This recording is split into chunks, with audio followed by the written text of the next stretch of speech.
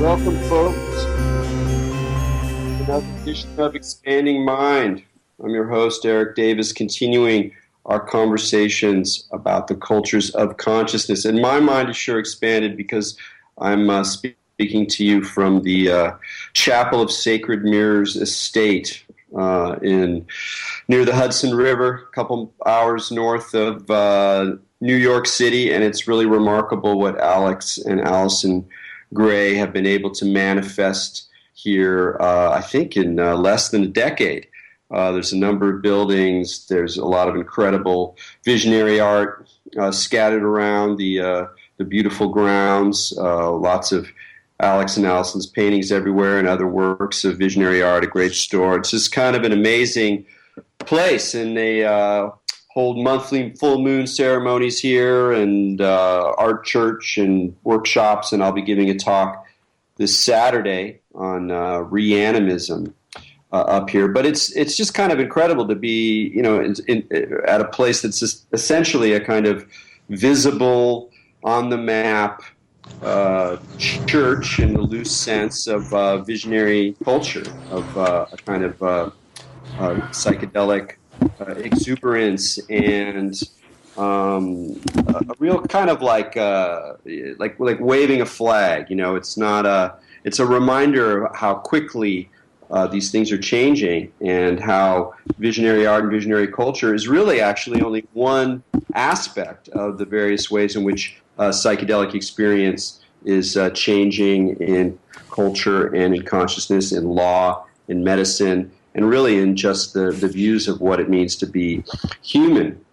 And along those lines, I'm really happy this episode to speak with Lex Pelger, who's one of the folks I think of as the young Turks or Turkettes, in the sense of a distinctly different generation than mine, that are coming up with a fresh sensibility that in some ways owes less to the sort of high and holy hippie visionary tradition that Alex and Allison Gray represent, and perhaps a little bit more to Alexander Shulgin.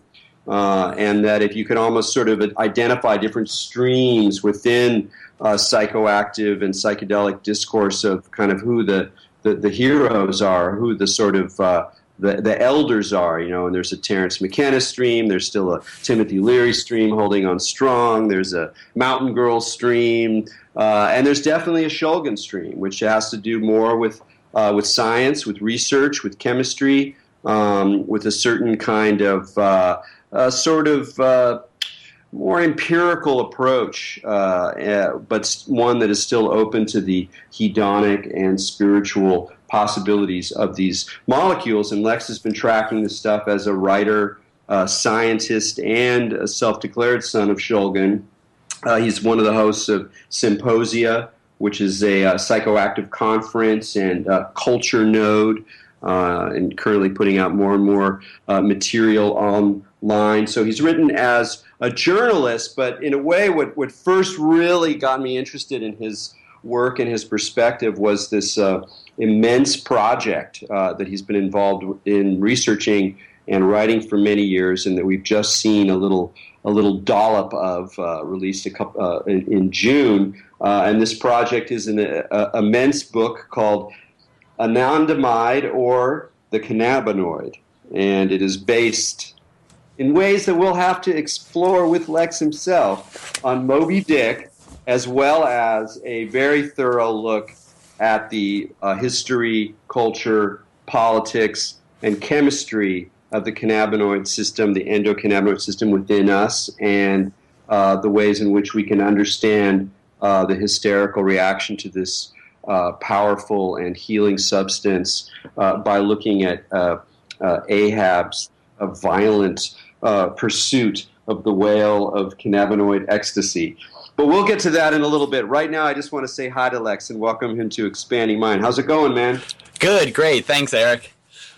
Great. I want to start out. You studied science, like real deal science. You were doing the science. You have some publications. You were really interested in that. I'd love to hear a little bit about that. But more to the point, why you didn't just keep on the sort of conventional track of like, okay, now I go to grad school, now I get a postdoc, Now I'm working in a lab. Now I'm, getting my name on more papers, blah, blah, blah, blah. Somewhere along the way, you decided to go in a different direction, and I'd like to hear about that.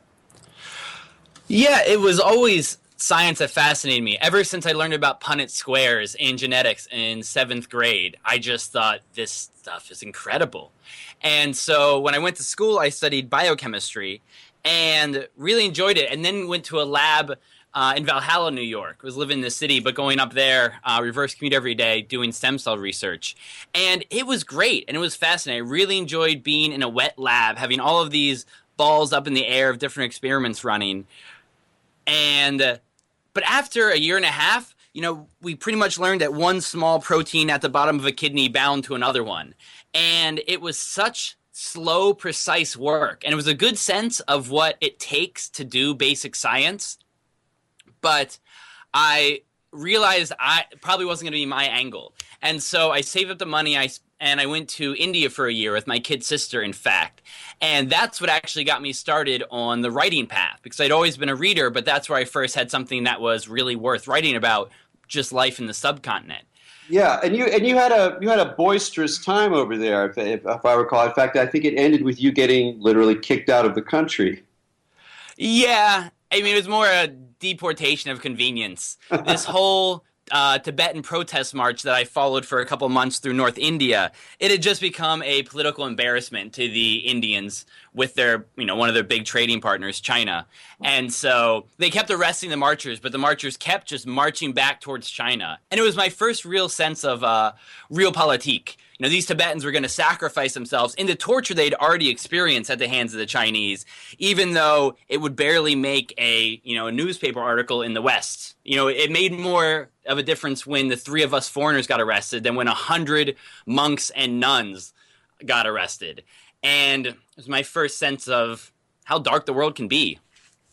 Yeah, and then you were also writing about that, and you continued to write as you roved around the States. And I ask about the science partly because I'm really, in a way, the path that you were pursuing, or at least were on for a little while, is kind of the one that we're most familiar with. You do basic research, you go on, you get, maybe you become famous, maybe you're just a cog in a laboratory, et cetera, et cetera. And that's really, what we think of as doing science. But in a lot of ways, what you're doing now is also kind of doing science. You're not doing basic research, but you're staying very much within the flows of scientific information. In your journalism and in your book, you're writing about this for people who maybe don't know as much about science. So you're part of tracking it, but not just as a journalist, as someone who is really invested in how scientific knowledge can transform culture and politics. And particularly in terms of the psychedelic renaissance and the kind of changing views of psychoactives. So when you call yourself a scientist now, what is it that you're tuning into? What's important about keeping that legacy part of what your practice is? It's as I kept reading about science and studying the history of it, it started to become more clear that the pendulum of how science works, which is always swinging back and forth like any human endeavor, it's gotten to such a reductionist stage at this point that it can be really silly. And so much of the history of science wasn't done in the laboratory, it was done in the bar or at the library. So many great insights were people talking to each other and cross-fertilizing, getting breakthroughs, getting ideas, and this last century taking some acid and realizing that you can create the PCR technique to make more copies of DNA. And as powerful as this reductionist technique is, it's very blind in its way, or it's very small step in its way. And the more I'm on the road and talking to people about cannabis as a medicine, the more it's just painful that the phrase anecdotal data means lesser data, not quite real data. When really, if you're talking about a very rare disease only a couple hundred people on the planet have, then I think your best source of data is the old lady in California who said, I tried so many different pharmaceuticals for this, in fact, all of them, and it turns out the last thing I was willing to try was cannabis, and that's what worked.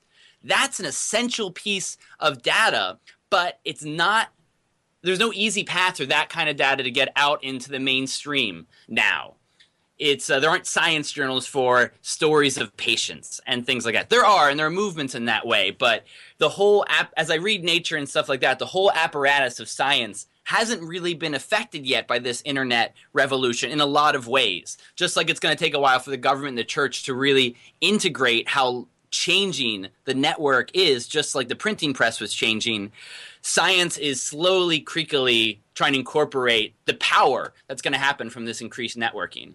Yeah, and it's so what you're talking about is that it's not just a matter of what we think of as journalism. It's something almost more like storytelling or story collecting on the one hand for all the cultural richness, but also as, you know, real data that can spread out there and inspire people and encourage people to try these medicines for themselves, depending on what ails them. And, you know, and what ails us and what cannabis can do for what ails us is I know one of your main the firebrands you wave in front of a still rather hostile America. Even though things are obviously changing a great deal, there's still a sense that the real medical value of cannabis is, you know, maybe still a little bit obscured. I know that one of your raps has to do with weed for grandma, and that's kind of based on some of your own experiences with your own grandmother and the way in which that turned you on, you know, maybe in somewhat a sad way in some regards, to the possibility of these of the healing properties of cannabis. Yeah, it's why I believe I'm going to be starting my book with hubris about how little I knew. I thought I was some hotshot young drug writer who knew a decent amount about each of the major drugs, and I stumbled upon some good sources in the cannabis world, and I realized I didn't know anything. I didn't know what anandamide was. I didn't even know who Jack Herer was at the time, and the more I started listening, the more I thought this information is so far out there, it's hard to believe. And I didn't really realize its medical benefits when I most would have wanted to, because I lost my grandmother to Parkinson's disease.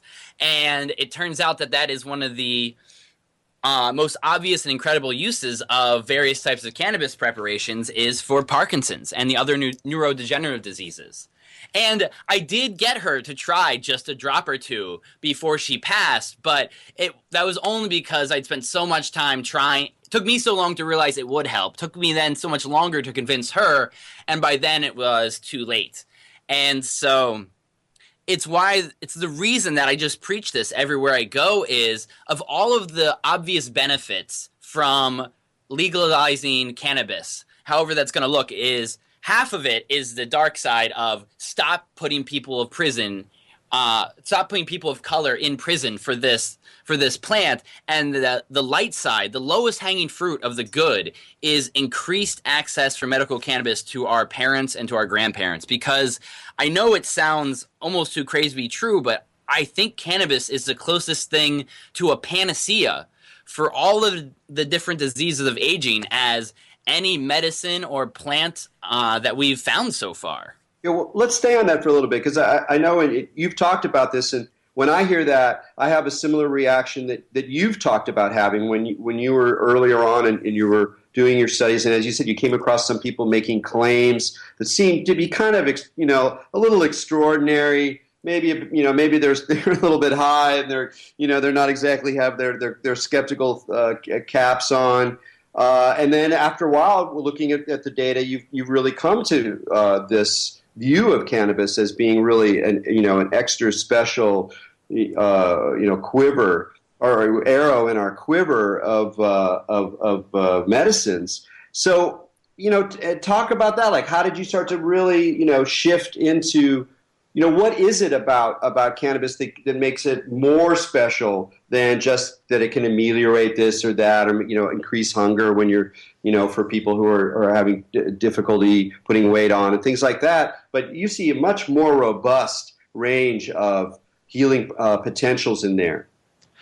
Yeah, and I'm glad you asked, because that is my great white whale. That is the whole secret of why I'm writing this book. And it explains why cannabis is so basic to not only human life, but any life that has a spinal column has its own endogenous cannabinoid system. just like the extracting the morphine molecule out of the opium plant helped us to discover our endorphin system, which now we can manipulate to relieve so much pain and so many different types of pain. The finding THC in the cannabis plant in 1964 helped us to find anandamide in the human brain, in a pig brain actually, in 1992. And anandamide is the first neurotransmitter we found that is a cannabinoid produced in our own brains. And so it's latching onto the first receptor we found, CB1, just like THC does. And so if your endorphin molecules are your molecule for pain, and you could say your dopamine molecules are your molecules of addiction, or it's serotonin for happiness, the best way to describe the anandamide system, the anandamide molecule, is as a neurotransmitter of balance. And the endocannabinoid system, in its huge totality across the body and brain, as the homeostasis system for your body. And that really gets the heart of why and how cannabis can be such a good medicine for such a wide swath of diseases. Wherever the body's out of balance in all of these different ways, the endocannabinoid system or weed can come in and just calm things down. And that's so often what we need in this life within ourselves. Yeah, it's interesting, even on the level of like popular knowledge, I think most of us, we all know about serotonin with, SSRIs. We sort of have this sort of pop association with happiness and mood. Everybody knows about dopamine now, and everybody knows like, oh, the dopamine squirt you get when you get an email or a text, and that's like a widely, distributed pop meme. And there's problems with those pop memes, but they also help kind of acclimatize all of us to the fact that we are also nervous systems that are working in these biochemical ways, and that we have to become familiar and intimate with that, keeping our minds aware of the mythologizing possibilities. But I don't think that that's happened really yet with the endocannabinoid system. I think that in a way it's still kind of not suppressed, but there's a vagueness around recognizing the systemic nature of the system within us, leaving aside THC just for the moment, just in terms of what our own natural production is, as well as these associations that you're talking about with balance. Is that just a weird artifact of how things get popular, or do you see there's a way in which we're still kind of blocked about recognizing how intimate this system is to us? Well, I think mostly what we need is a prophet. Because it took Jack Hare preaching about hemp to really get the idea out there that this really old plant was useful industrial in all kinds of ways. And he would set up his little shop right in front of the Capitol building in D.C., take a whole bunch of acid and just spend all day preaching about how and why hemp works. And he spread the word, and it finally took off, even though it's not the sexiest topic as far as things go. It's great for fiber. It's great for making concrete. And in the same way, people don't get that excited about neurochemistry, which always befuddles me because, I think this stuff's fascinating. But people often tell me, "Oh, I love hearing about the science," but you get a paragraph explanation in, and you can already see the eye glaze starting. It's just not what gets people as motivated as much. But once they start to see about the potential healings that are very easy to get with something like non-psychoactive CBD oil you can buy online, that's going to really help spreading the word more than anything else. Stories is what convinces people, which is why my book, I'm having a fun, sexy metaphor explaining neurochemistry with fish under the sea, hence anandamide being my great white whale. But what's really going to change hearts and minds is all of the grandparents I have from around the country turning to the camera, turning to the page in this graphic novel and saying, this is how and why it worked for me. And here are the challenges. Because, it's not easy for an elderly person to incorporate a plant medicine into their life of any kind. It's not really the American way to modulate your use, pay attention to what works for you. Doctors always hear, I want to be healthy, but I don't have to do anything for it. And knowing yourself with using any plant medicine, especially marijuana, is tricky, and it takes knowing thyself. Yeah, no, that is a whole aspect of drug culture, even underground drug culture, that's positive that nobody really talks about. Is that leaving aside all the problems and issues that when you're involved in it consciously, one of the things you're developing is this kind of reliance on your own experience, yes, on the experience of others and the reports on others, but you recognize there's differences and distinctions, and that at some level you kind of have to trust and test your own body and start to really kind of perform experiments on yourself. And that idea of performing experiments on yourself and being comfortable with it, I think is an extremely positive way just in general to live your life. But it's also particularly helpful given all the decisions and odd opportunities that lie ahead, not just with psychopharmacology, but with implants and new technologies and ways of communicating. I mean, there's going to so much bizarre mutant stuff is already in our faces, let alone what's coming down the pike. And you have to be able to sort of develop that facility and that willingness to kind of experiment with your own experience and your own body and your own mind. And that is I think a big break for a lot of people, and they do associate that with something still a little unseemly. Do you think it makes a difference that CBD is on its own, pharmacologic, or psychologically kind of not much of an issue? Is that going to help this, or is there still like the kind of taint of cannabis even around CBD?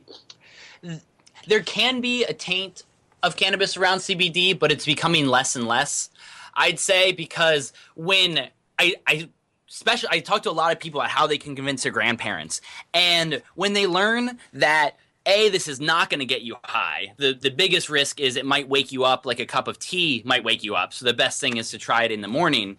And when they hear that it can be ordered online and shipped to your house, actually, just so people know, I always recommend Bluebird Botanicals out of Colorado. They make good, clean medicine, and they'll ship it anywhere. If you're here in New York, you can go to Alchemist Kitchen as well. But it's just good to get good quality stuff, because there's also some stuff out there made by hemp oil hustlers.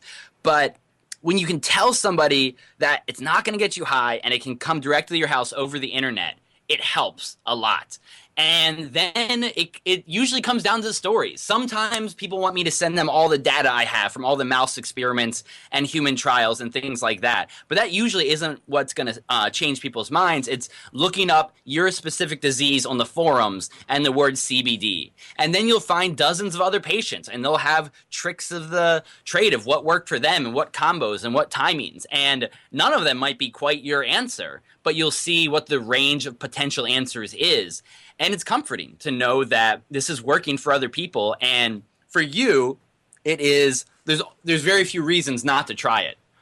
Yeah, this is great news. I mean, I've thought about this issue myself with my folks, and they haven't really encountered some of the really heavy problems of the end of life issues, but it's just around the corner. And I've thought about this issue too. How do I bring it up and not seem like, oh yeah, it's our druggy son, pushing his weirdness again, and and just the whole approach of using stories and just the wide range of information that's out there. But what are the kinds of issues and health concerns that particularly older people have that they really should be thinking about this, like first and foremost, like the way you're talking about Parkinson's disease, other neurodegenerative diseases, presumably that includes some of the early onset of senility and Alzheimer's as well. But what are some of the other things that are really like high on the list of like, look, if this is what your issue is, let's give this a shot, Grandma.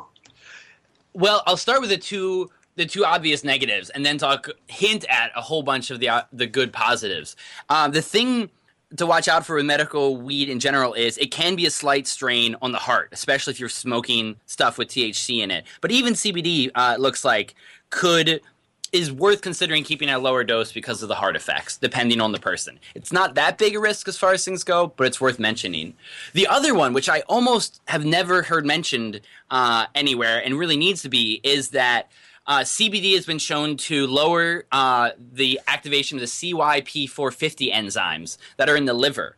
And these are really important because they're responsible for processing something like 75% of the drugs that come into our body, often activating them or turning them into some kind of form we can use. And so basically, those drugs where your doctor says you should be careful drinking lots of grapefruit juice with this drug, that's the same mode of action that it's doing. And so if you have one of those kind of medications, that's the only drug interaction risk worth mentioning, is that CBD can kind of do that same thing. Again, I think at the levels most people are going to be using CBD, it isn't that big a risk, but it's worth paying attention to for medication interaction. But for the most part, what it seems to do is either help people kick whatever kind of pharmaceuticals they're on, or to use a lot less of them, especially around pain. One of the most important parts is that CBD and small amounts of THC help opioids work better. So you need less for after surgery. You need less even if you have an opiate habit. This will help make a little bit seem like more. But for the elderly specifically, the most important thing, what I would urge anybody to give a try for, is diseases around neurodegeneration. Alzheimer's, Parkinson's, MS, ALS, all of these, it is foolhardy, really, not to give CBD a try, because it is so protective for the brain that it shouldn't be skipped. It also works very well for so many of the autoimmune disorders like arthritis, lupus, fibro, and MS, because MS is both a neurodegenerative disease and a autoimmune disease where the brain's own myelin sheaths are getting attacked. And so it works so well for the autoimmune disorders that some scientists are suggesting that it might be an endocannabinoid deficiency underlying these autoimmune disorders that so often radiate out of the gut, which I suspect, there's not really much data on this, but I suspect part of the reason that the cannabinoids are so healing is that they help our gut bacteria somehow. The more and more this decade especially, we've been learning the importance of our microbiome. But at this point, we know so little about how it actually works. We're just starting to tag the entities that are even down there. We don't know how the ecosystem functions. But cannabis helps so much for those kind of things. I wouldn't be surprised in 20 or 30 years we realize that's part of what makes CBD and THC work so well. So we've been talking about CBD, and in the sort of, certainly in the kind of popular presentation of cannabis as a medicine, there's often this distinction made. CBD is really the main medicine we're talking about, and now the industry is like producing CBD without THC content so that people can take it and not have these have psychoactive effects and target the medicine. Do you think that in that process there's the possibility of losing a little sense of what THC and the other more psychoactive cannabinoids in weed can do as well? That there's also healing properties to things beyond CBD. Yes, I do think it's a real risk that people just switch to stuff that isn't going to alter their mind. Which in one sense is too bad, but in the medical sense, for someone perhaps already dealing with a lot, is for the best. And it's the pharmaceuticalization of cannabis is a really fascinating and thorny question. I mean, as you can imagine, all the stoners just hate the idea completely that these companies will get their fingers into it. But on the flip side, when you're dealing with really serious conditions, end-of-life stuff, and rare disorders, that's not the time to be smoking some ganja or just doing haphazardly whatever CBDs you feel like. That's a time that it's worthwhile to have good double-blind studies to realize which dosing mechanisms work the best, when you're actually looking at the markers of what counts as healthy here, what are the combinations that are going to do well. And the problem with the pharmaceutical approach is they are usually tend to be single molecule type of thinkers, because that's what's reproducible. You want as little variables as possible, which is also why women are very much underrepresented in how drugs work on people, because of their hormone cycles, the menstruation cycles that are going to change the data. And that's the last thing a pharmaceutical company would want. And so for a plant like cannabis with 80 cannabinoids in it, a whole bunch of terpenes, a whole bunch of flavonoids, what they call the effect is the entourage effect. Because all of the pieces, all the molecules are working together and making such a different effect from each different strain on each person's different endocannabinoid system. But what the entourage effect really means is this hand waving being like, we don't really know. We know some of what happens. We know some of how the mechanisms of how it happens, but it's just too complicated for this kind of reduction reductionist study of single markers. It's really more of a thing where the best data you're going to get is from some old pot doctor in the north of California who's been seeing the same patients for 50 years, and she knows how to round off the how it usually goes, the crazy little exceptions, and that 1 time in 1,000 reaction that sometimes happens. Yeah, it's going to be so interesting because, of course, intrepid, weed chemist entrepreneurs are, already breaking down all of these cannabinoids and the terpenes and figuring out ways to recombine them. And then people will be coming up with their special mixes, and some of them will be for psychoactive properties, and some of them there'll be increasing health claims made about certain ones. And then, of course, each of those are meeting individual nervous systems, which have their own responses, just as we know that, the same strain can have a very different response with you and your friends. You have different reactions to it. So it's so complex. I mean, the complexity space of cannabis is so extraordinary, and we're going to be, right now, it's already happening, and much more so in the next 10 years of people really going into that complex assemblage and extracting different relationships and different balances and making claims for them in different ways, some of which will be dubious and some of which will be based on hard studies, some of which will be based on reports, and it's going to be just such a carnival. Yeah, that's a good word for it. It's going to be fascinating to watch. There's going to be so much good out of this for health stuff, but on the flip side, watching the business stuff evolve, I mean, sometimes it's people really believe in it, and sometimes it's just, annoying suits that are exactly the stereotype you see as the shark coming in to take the jobs away from the old Vietnam vet who was going to grow for his friends the rest of his life, and the grandma medical maker who won't be able to have a qualified kitchen to legally sell in that state. And I think it really speaks to what my biggest fear is, which is how the federal government is going to finally regulate that once they do. Because each of these states is a different experiment, and you can see how things pan out somewhat in that microcosm. And Colorado is a great example of trying to keep the medicine cheap, trying to tax the tourists who come into town and clip them for money for the schools, which seems like it's working out pretty well. But then there's Washington State, and I fear that's how the federal government can go, because really how that worked out is the medical dispensary system there kind of got destroyed by legalization. And on the western side of the state, in cities like Seattle, it's a whole bunch of white guys making money off the plant and paying in the large amounts it takes to get the license out. While on the eastern side of the state, the kids of color are getting busted at the exact same rates they always have been. And there are some really angry lawyers I've talked to in Washington where they just see such a crooked system that is now only giving money to people who never put the time into legalizing this plant, while continuing all of the racist horrors that really kicked up this war on drugs once around the turn of the last century.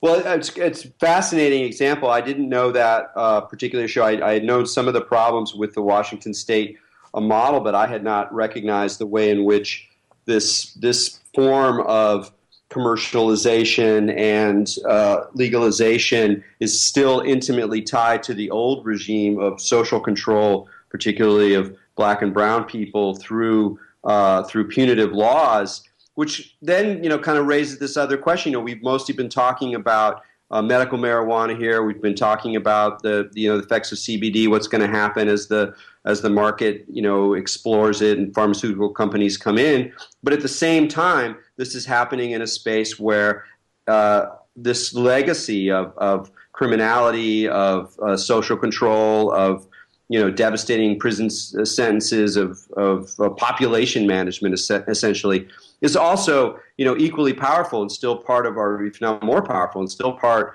of the American reality. So it's a strange, you got biochemistry over here, and you got hardcore realpolitik on the other side. How are you bringing those things together with your work? Like particularly, we haven't talked much about your book. And I know you're going to be doing a lot of work on the science side and the healing side, but you're also really looking at politics, American history, American racism, structural racism. So talk a little bit about how you weave these two things kind of together. or how the narrative form of the whale of Moby Dick helps you, manage these different aspects of such a complex story. The thing that was perfect about Moby Dick for me was it gave me the exact structure I needed to talk about the highs and lows of what this crazy country is. And I also think it's probably the best thing ever written by an American. And it presages everything about the imperialism that this country is going to spread around the world. And by the way, lots of people always apologize to me that they haven't read Moby Dick. You don't need to read it. There's an audiobook version by this guy, Frank Mueller, who was a Shakespearean actor and the best voice guy of his generation.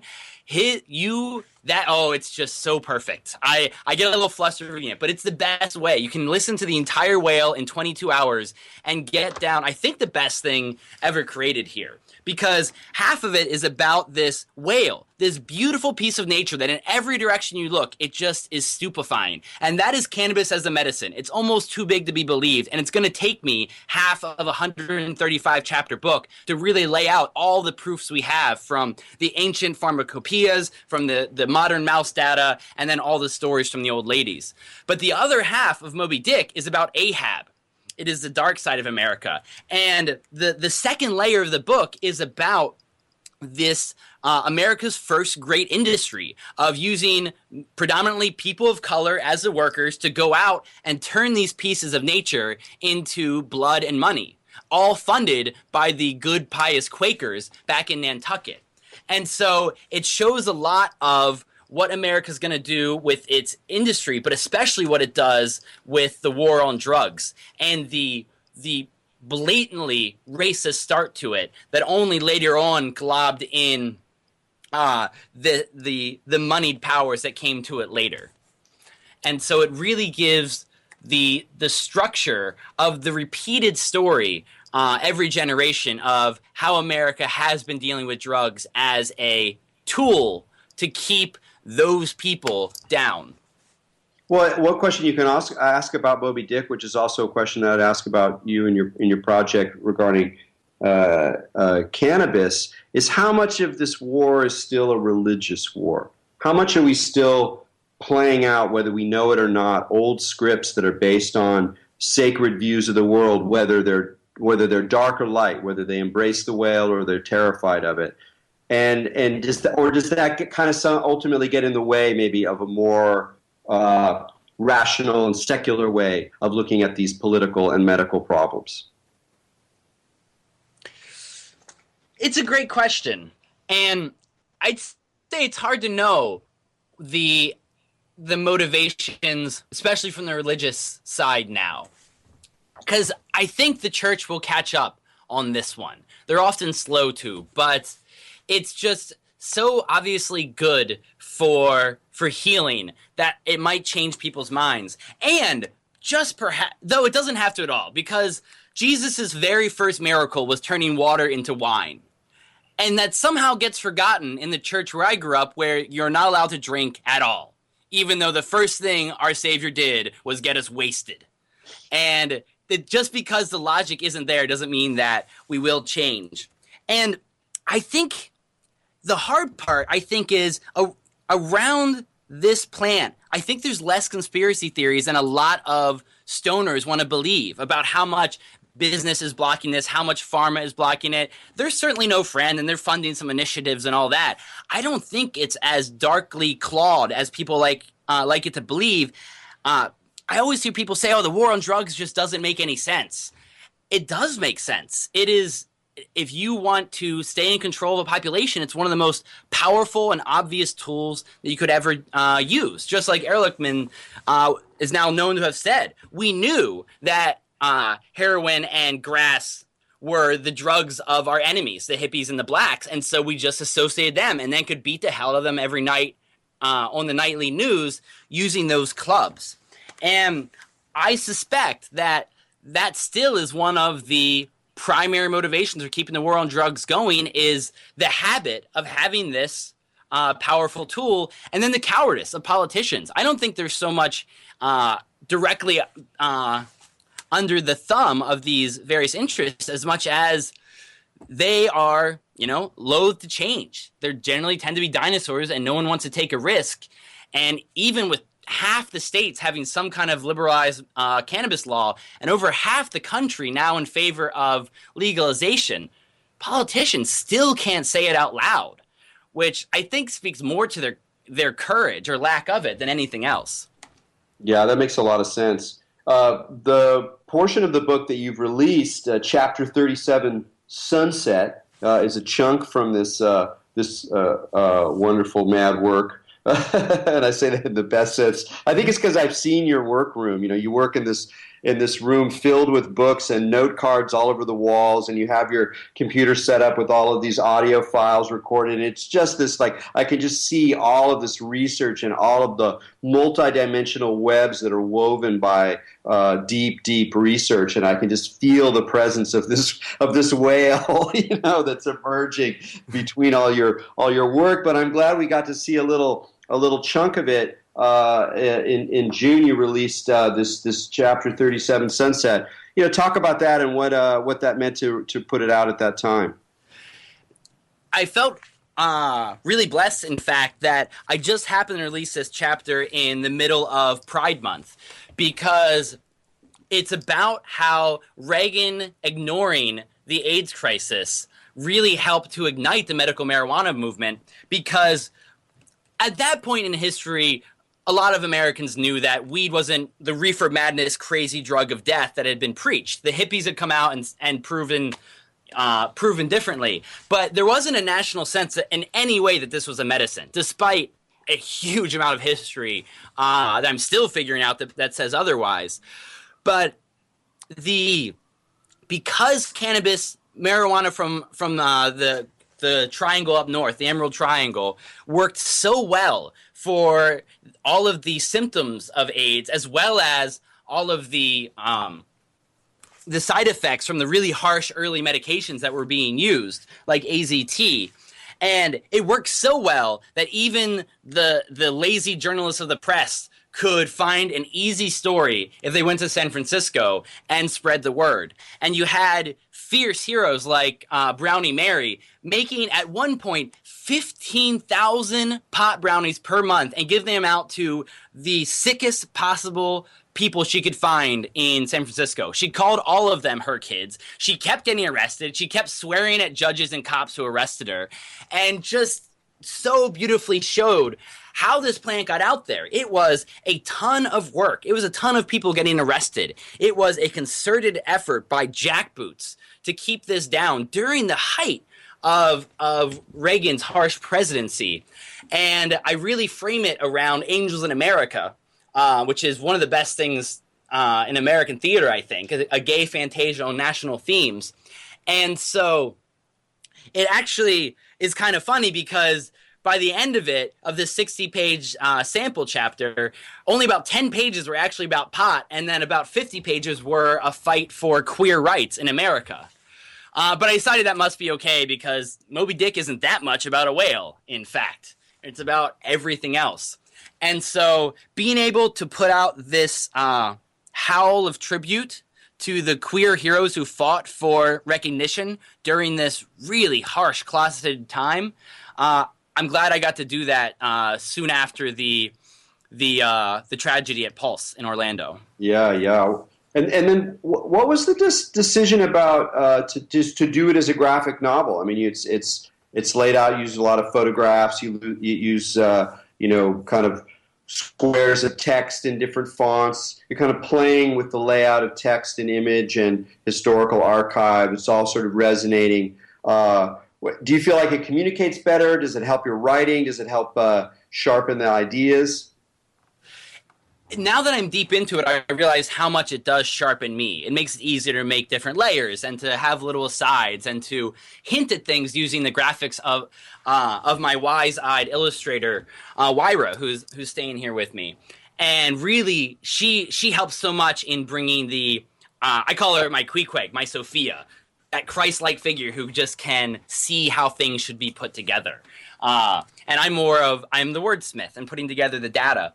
But I initially started with the graphic novel idea mostly because I knew that the best selling point would be actually looking at the people being interviewed, whether they be famous old stoners or unknown young kids with epilepsy in their chests that could only be healed by cannabis, or most especially grandparents all over the country.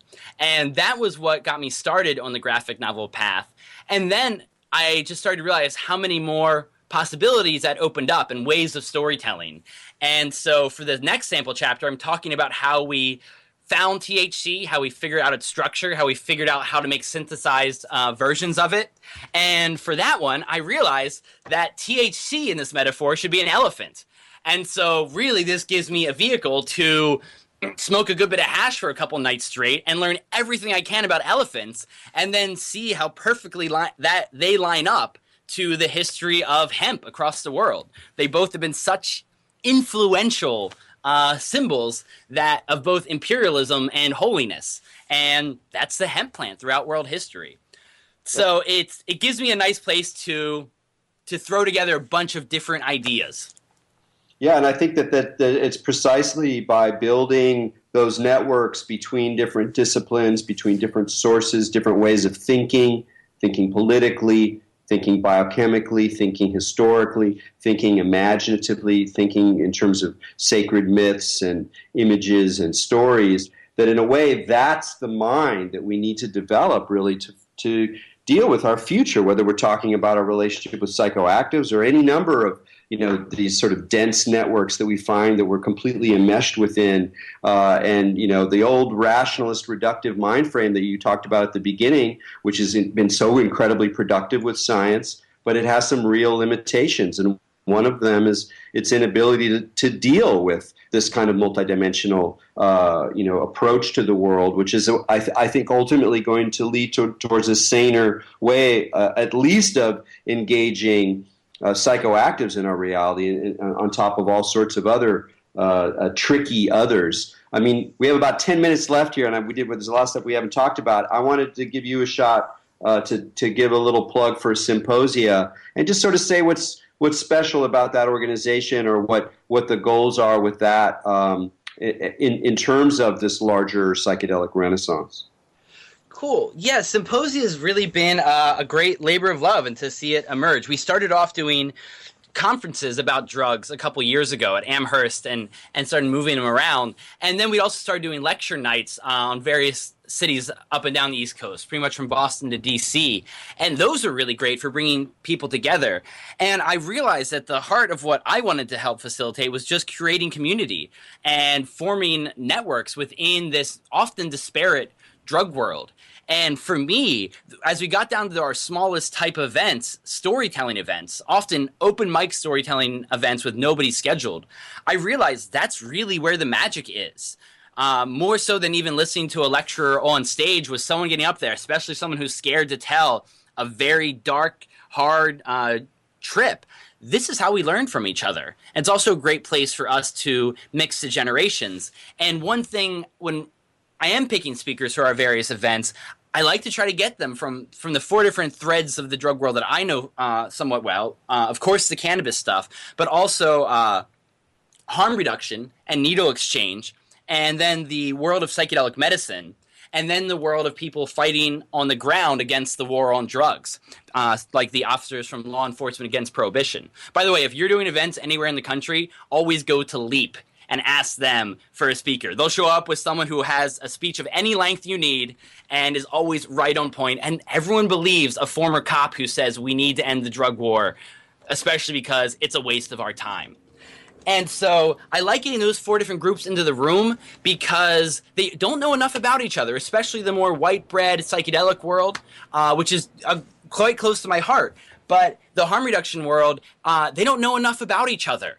There's a lot of like, oh, that's their drugs. And there isn't as much mixing when we're all in this together.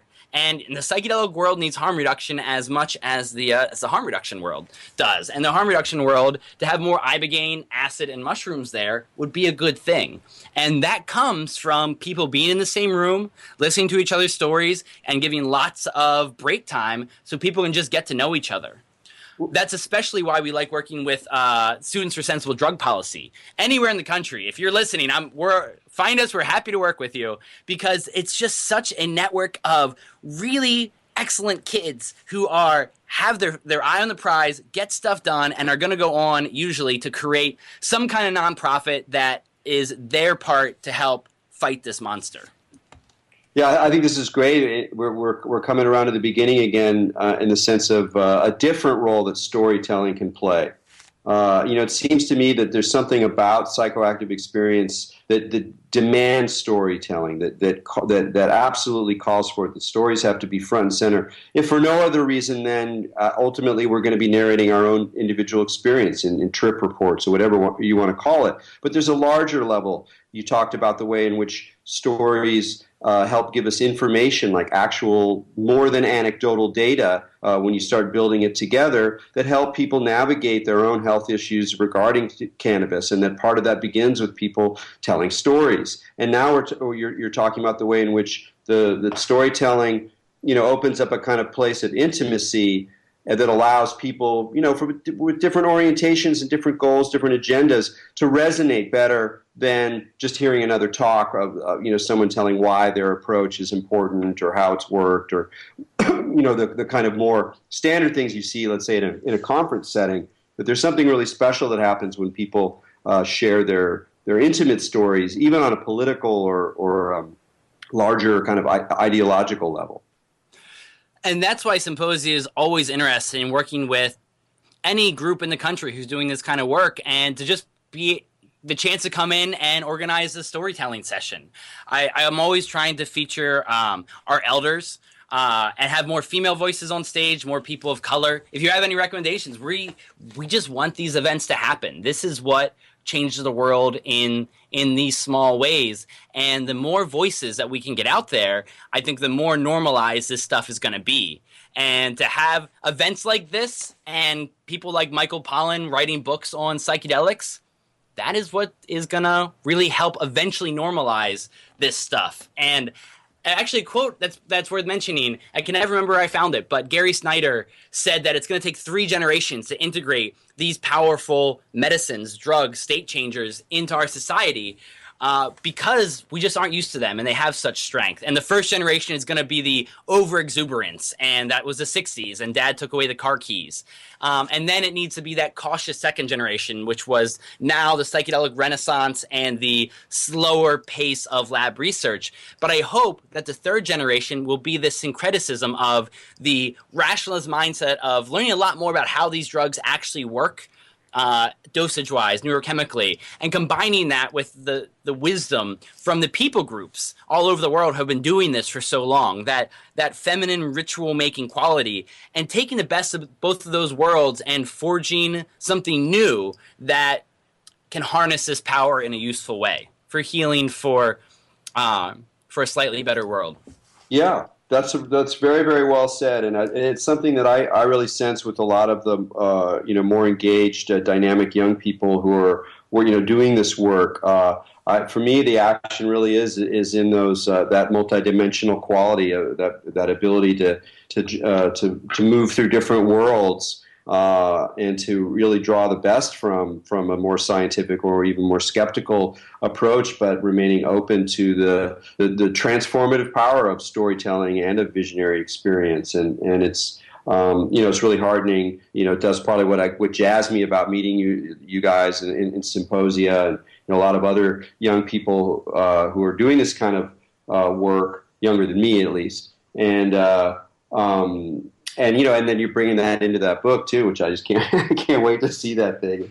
It's beautiful. We only have about a couple of minutes left here, but even though it's too short a time, there was one thing we were going to talk about that was going to blow our minds. It's a totally different topic in a way, but I still want a little nibble.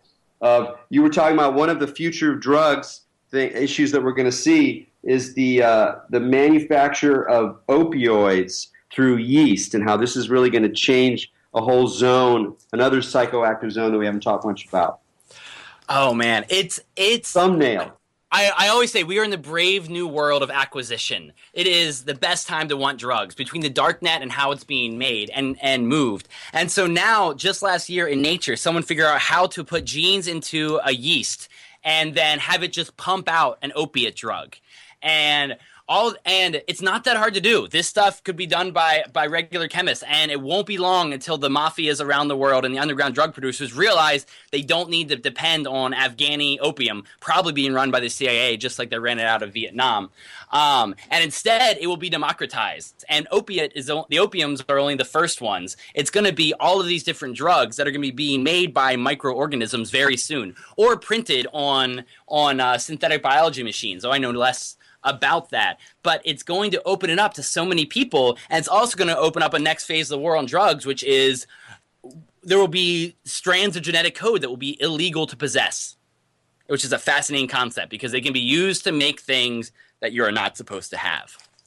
Yeah, it's the same kind of issue when we think about 3D printers and guns and or in home biolabs and developing biological weapons. And there's just this extraordinary turn we're just starting to turn around with whether you want to call it the democratization or the just sort of, massive distribution of manufacturing in the full sense of the word. And that's going to be, another crazy ride.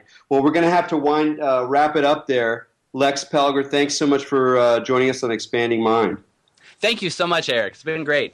Great. And you can find out more about Lex on his website, Lex Pelger, LEXPELGER.com. He's got a lot of his writings up there, so check that out, and also think about symposia. I'm going to take the rest of August off, much-needed vacation, and so I'll see you in September. Excuse me. That was probably a wish fulfillment of a truly long vacation. But I'll get back on the horse soon, guys. And until then, keep your minds open.